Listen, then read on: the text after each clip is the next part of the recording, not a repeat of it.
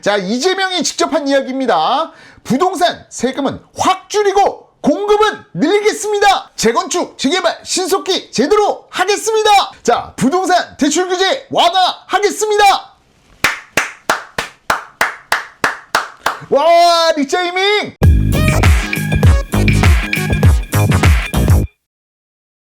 뭐야? 이재명 대통령, 아니 아뽀님 다주택자 그만 때릴 거라면서요. 이재명 대통령, 그런데 나라의 모든 문제 원천이 부동산에 있다. 아니 아포유님 벌써 아포유 방금 전에 다주택자 때리기 뚜까패기 그만 멈출 거라고 하지 않으셨습니까? 하지만 이거는 지금 다주택자 때리기가 아닙니다. 갑자기 방향성이 농지로 갔어. 이건 또 뭐지? 이재명 대통령의 입사일 요즘은 귀농, 귀촌을 하려 해도 농지 가격이 비싸 어렵다고 한다며 귀농 비용을 줄여야 하며 그러려면 근본적인 땅값을 떨어뜨려야 한다고 강조. 야, 진짜 이거 천재적이다. 이 사람은 진짜 천재야.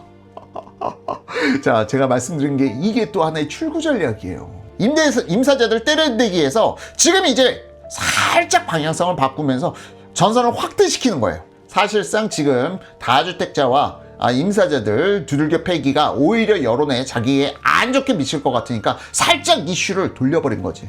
자, 지금 이 부분과 관련돼서는 성공격서를 넘어서서 지금 전선을 확장시키면서 지금 다주택자 두들겨 패기에 대한 이미지를 지우는 마지막 문구가 아니었을까, 전 그런 생각이 들더라고. 자, 지금 현재 근데 이 부분도 사실 이재명 씨가 뭔가를 하려는 것보다는 이분의 정책적인 부분은 이거야, 이거. 이분의 말을 신뢰를 한다는 분들이 도대체 어떤 생각을 가지고 이분의 말을 신뢰한다고 이야기하는지 모르겠으나, 자, 지금 보자고. 지금 현재 이렇게 다주택자 뚜까빼기 하다 보니까 지금 트위터 X에 페이지마다 이러한 댓글이 올라오고 있습니다. 페이지마다 이재명의 부동산 정책.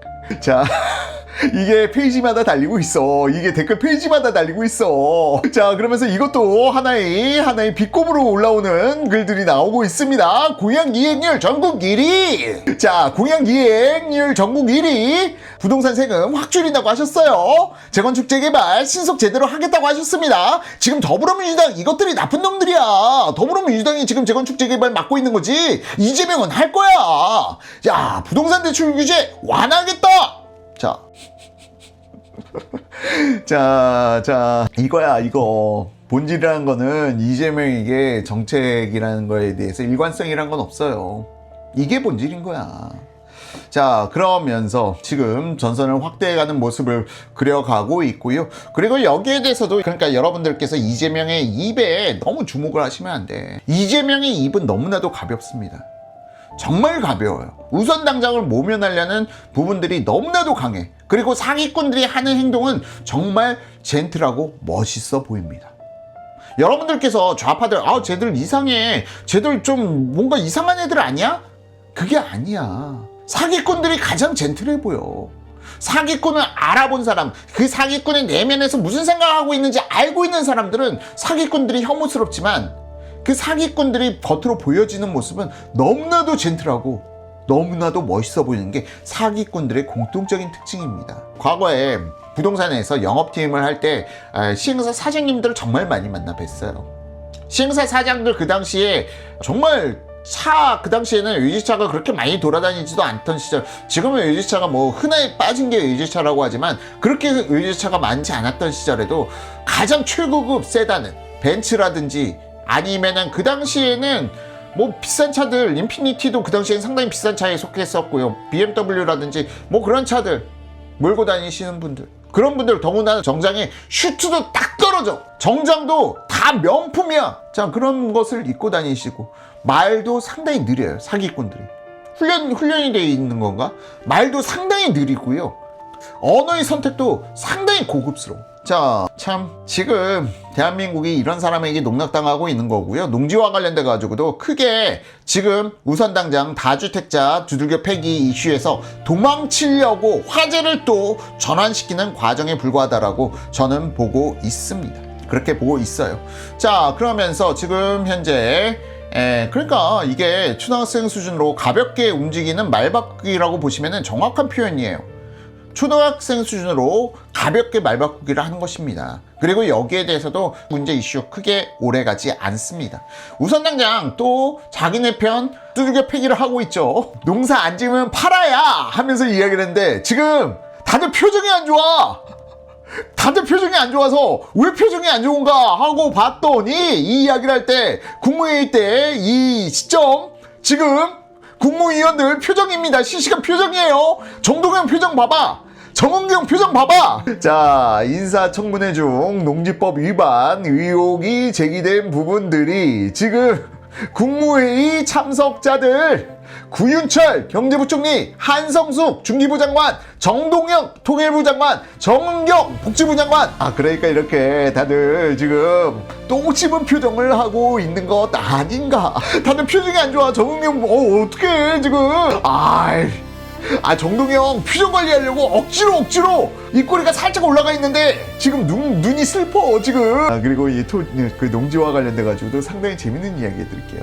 이건 정말 재밌는 이야기인데, 농지와 관련돼서 여러분 대한민국 역대 건국 이래 6.25 전쟁 이후로 가자. 6.25 전쟁 이후로 농지와 관련돼서 가장 투기가 심했던 시기가 언제였는지 특정 대통령을 떠올리실 수 있으시겠습니까? 농지 투기에 본격적인 바람을 불러일으킨 분이 누구일까요? 아니야. 그렇지. DPGA님, 노! 그 뒤에 두 글자는 생략하도록 하겠습니다. 정답입니다. 대한민국 전국토 농지 가격 폭등을 일으켰던 가장 획기적인 대통령. 바로 이름도 떠올리면 위험해지는 바로 신성불가침의 영역에 계신 바로 그분이 맞습니다. 자, 김근우님께서 세종 때문인가? 아니에요. 세종만이 아닙니다. 세종만 떠올리시는 분들, 겨우 세종시 거기 그래 금성 쪽에서 좀 농지 좀 가지고 계신 분들 떼돈 벌었지. 아니야. 전국 8도에 20몇 개의 혁신도시, 기업도시, 혁신도시와 기업도시 어떤 땅을 수용했을까? 농지를 수용했어. 대체적으로 농지를 수용했어요. 그래서 전국도 농지에 대한 투기 붐이 불었던 시기가 바로 농지야. 이걸 알아야 돼요. 그러니까 이게 상당히 재밌는 거야. 상당히 재밌는 것이다. 자, 노 대통령이 실질적으로 농지 투기, 그러니까 노 대통령이 이전에는 농지를 투기하는 사람들이 없었어. 농지 가격이 그렇게 급등하는 사례들도 없었어. 그런데 노 대통령 때 혁신도시, 기업도시 뭐 이런 부분들을 만든다고 하면서 거의 다 세종시까지. 그러면서 그 이후에 각 지자체들이 도청 소재지 이전 신도시 또 이것까지 엎어지면서 대표적인 분 누구야? 아니죠. 이러한 부분들이 같이 겹쳐지면서 농지에 대한 토지 보상료가 어마어마하게 올라갔고, 그러면서 농지 가격 폭등을 일으켰던 장본인이 바로 농이었다. 그 뒤로 농지에 대해서 가격이 급등이 나오면서 사실상 농가 소득도 같이 올랐다. 그런데 재밌는 건, 자, 그러니까 지금 이러한 부분에 대해서 우리가 표면적으로 알고 있는 것과 본질이란 걸 알고 나면은 상당히 재밌는 일들이 많다. 우리가 알던 것과 정반대의 현상들. 그런데 오히려 그런 부분들이 농가의 자산은 올랐어.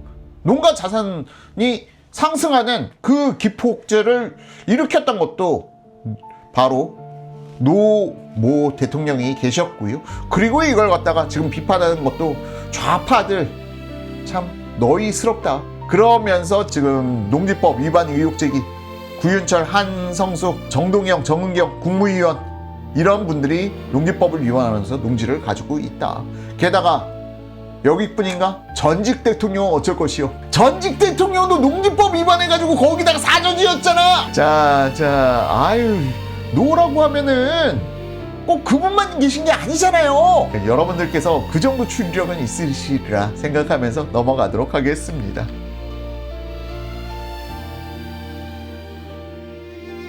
상당히 재밌는 일들이 펼쳐지고 있다. 게다가 요즘 좀 이러한 부분은 분명히 있어요. 문재인 대통령과 이재명 대통령 간의 신경전이 상당히 강하게 나오고 있는 부분은 우리가 좀 관전 포인트라고 봐야 될 것 같습니다. 엊그저께였나요? 코로나 백신, 유통기한이 지난 코로나 백신을 그냥 이거 문제 있는데 하는데 이거 의견 묵살시키고 유통기한이 지난 백신을 사람들에게 강제로 접종시켰다. 감사원 감사 자료가 이틀 전이었나요? 이틀 전에 터지면서 폭발적으로 이 부분이 이슈가 되었습니다. 자, 그런데 이거 상당히 재밌는 부분이에요. 여기서는 뭐 이기는 편 우리 편이 아니고 지금 문제가 뭐냐면은 여기도 상당히 무서운 정치적 계산이 숨겨져 있는데 이 감사 결과가 왜 이제 발표됐을까라는 걸 생각해 보신 분들 계세요? 왜 코로나 백신과 관련돼 가지고 많은 사람들이 죽었어. 그리고 코로나 백신 맞고 나서 불구가 되셨거나 아니면은 돌아가신 분들, 이분들이 문재인 대통령 퇴임하고 나서 사저 앞에서 막 데모하고 그랬었단 말이야. 책임지라고. 아니면은 이거에 대해서 입장이라도 밝혀달라고. 문재인 대통령 한마디도 안 하고 입에 지퍼 쫙딱 잠궜죠. 국민들에게 썩은 백신을 맞게 했던 문재인 대통령. 그리고 이거에 대한 감사 결과가 왜 윤석열 정부가 아니라 이재명 정부에서 밝혀진 지금 꺼내냐는 거야. 감사원 감사 결과가 이걸 갖다가 갑자기 5년 전 사건을 지금 들춰내서 6년 전, 7년 전 사건이구나. 6년 전 사건을 지금 들춰내가지고 이 사단을 갖다가 피느냐. 사실 이 감사원 보고자료는요, 윤석열 정부 때 만들어진 거야. 윤석열 정부가 그래도 전직 대통령에 대한 예우 차원에서 이 감사원 자료를 공개 안 하셨는지는 모르겠습니다만, 어라? 윤석열 정부 캐비넷 뒤지다 보니까 이런 게 있네? 오히려 이재명이 지금 친문 세력들이 다시 자기의 권위에 스금스금 야, 다음 바톤 우리한테 넘겨줘야지 하면서 친문 세력들이 서서히 정청래 꼬시면서 같이 붙어가지고 올라오고 있어. 그러면서 지금 이재명이 툭 던지면서 야, 니들 자꾸 기어오르잖아? 그럼 내가 문재인 보낼 수도 있어 하는 경고라고 보시면 되는 겁니다. 그리고 이런 부분들이 당시 우파 정부에서는 항상 지도자들이 탄생하게 되면은 좌파를 끌어안고 갈 수 있다라고 생각을 해. 그렇기 때문에 우파 정부가 패망하는 이유예요. 좌파를 끌고 갈 수 있을 것이다. 설득할 수 있을 것이다. 대단한 오만이에요. 좌파 정부는 지금까지 역대 좌파 정부는 철저합니다. 우파를 일거에 쳐냅니다. 절대 같이 갈 수 없는 존재로 보고 있습니다. 근데 우파 정부는 항상 좌파는 같이 갈 수 있는 존재라고 보고 있는 거야. 그래서 우파 정부가 무너지는 거예요. 이건 명확합니다. 그리고 감사원 조사 자료가 7년 만에 이렇게 공개된 이유, 이러한 부분에 대해서 종합적으로 보게 되면은 우리가 지금 단편적인 시각에서 매몰돼 있기보다는 좀 더 새로운 세상들을 볼 수가 있다. 그리고 이러한 인사이트라는 부분 역시도 누군가가 이렇게 얘기했더라 가 아니라 여러분들이 도출하실 수 있을 정도로 사고의 폭을 갖다가, 그리고 세상을 바라보는 폭을 갖다가 넓히시면은 부동산이라는 것도 더 쉽게 보일 수 있는 것이다. 지금 아포유가 여러분들께 말씀드렸다시피 다주택자 뚝카패기, 임대사업자 뚝카패기 이제 서서히 좀 잦아들 것이다. 출구 전략 쓰고 있는 것이다. 이러한 판단을 하는 것처럼. 그런데 이 부분이 맞을지 안 맞을지는 시간이 증명해 주겠죠. 한번 지켜보시자고요.